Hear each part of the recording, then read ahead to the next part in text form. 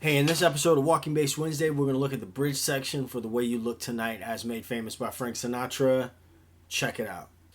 What's up, my friend? My name is Ted from TedTalksBass.com. If you're new here, go on and hit that subscribe button and the bell icon so you never miss a video when they come out. I put something out every week.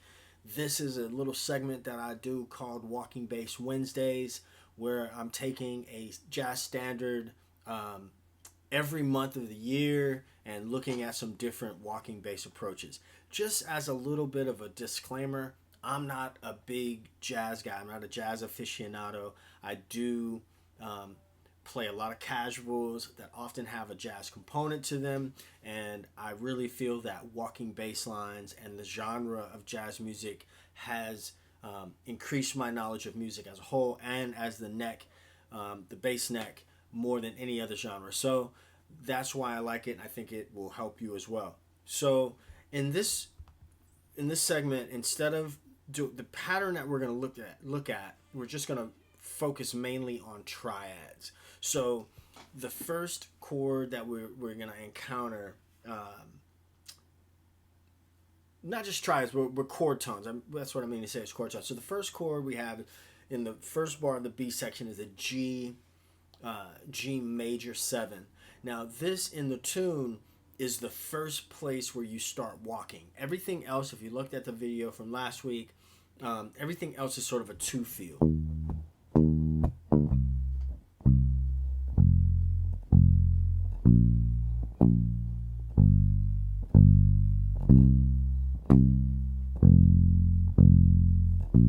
Right, it's got that kind of feel to it. This is going to be the first place where you really start walking.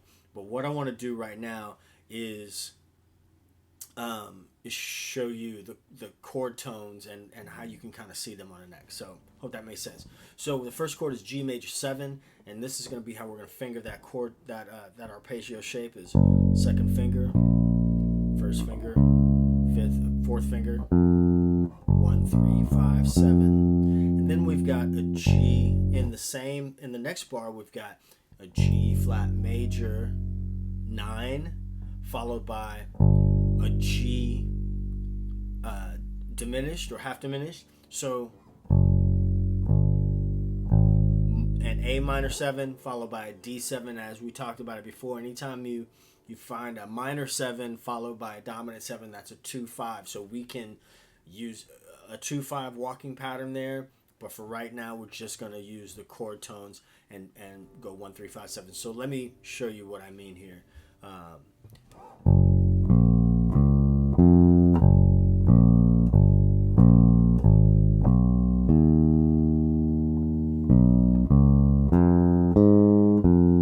Just trying to think about something to tell you at the same time. So I walked up G major 7, and then that G flat major 9 also has a major 3rd, so I played the major 3rd there, and then for the G diminished I played G and then that B flat.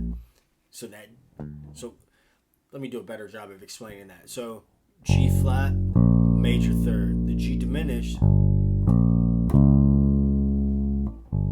there's that B flat stays the same. Once I move it up to G, the root up to G, it becomes a minor 3rd. The B flat becomes a minor 3rd.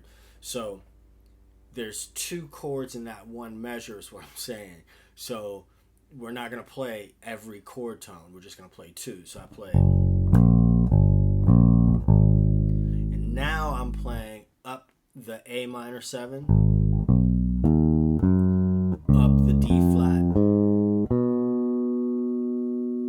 major, or the D flat dominant 7, excuse me. So that whole 4 measure sequence sounds like this. I'm kind of looking over there because that's where my chart is. So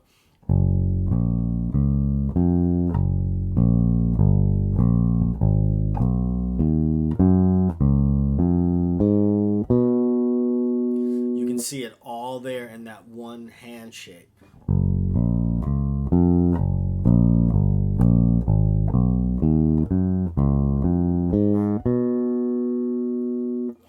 So G flat, G flat, G, A, D. Okay.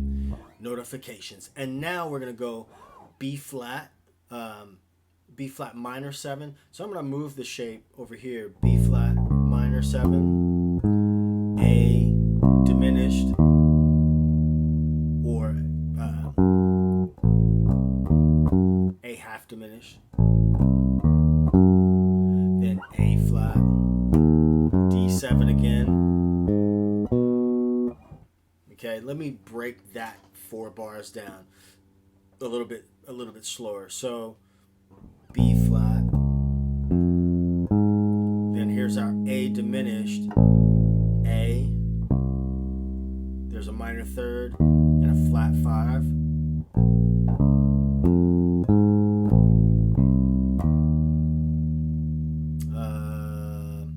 Sorry, half diminished, so I gotta play that flat 7. So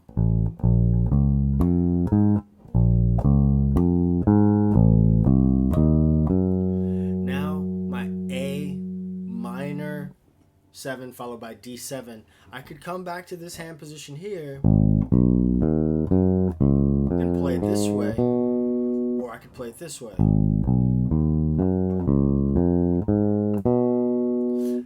That's a 2-5. So it helps sometimes when you have little patterns like this 2-5, like a 2-5 pattern, is to have different ways of fingering. So there's a minor 7, there's a dominant 7 pattern in one fingering. Here's a minor 7, dominant 7 in a different fingering, but it's the same exact information. Okay, same exact intervals. So once again, B flat, A minor, D7, B flat, and now we've got an A dominant 7, D flat 7, G flat major 7. Sorry, that was dominant.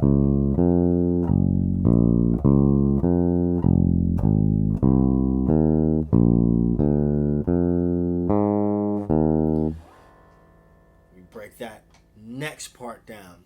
So the last 4 bars is going to be G flat major 7 for 2 bars, then an F minor 7 to B flat, which is our 2-5, right? Leading us back into E flat, back to the top. So let me play through this real quick. And again, for this video, I'm only using chord tones going 1, 3, 5, and 7 all the way up. So I'm gonna play that with this iReal Pro play along.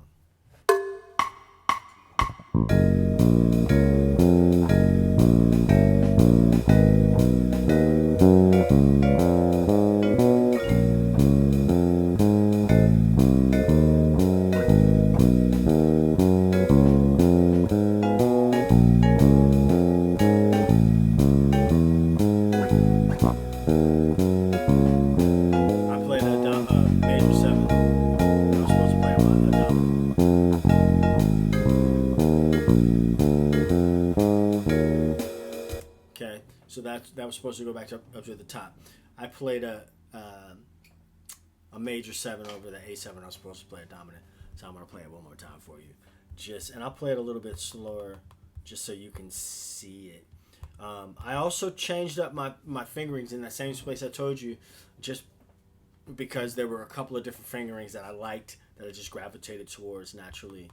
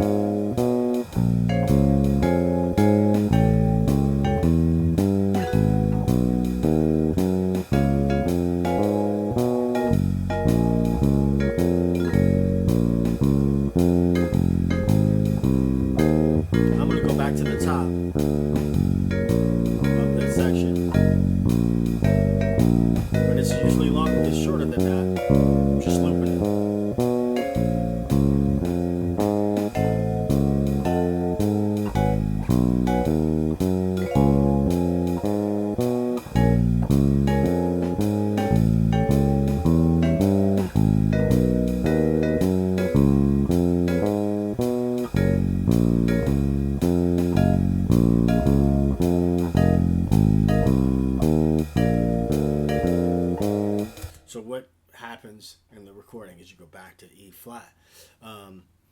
So I know this one was a little, I kind of rambled on a little bit in this particular video. I've been up a long time, as church and all that stuff.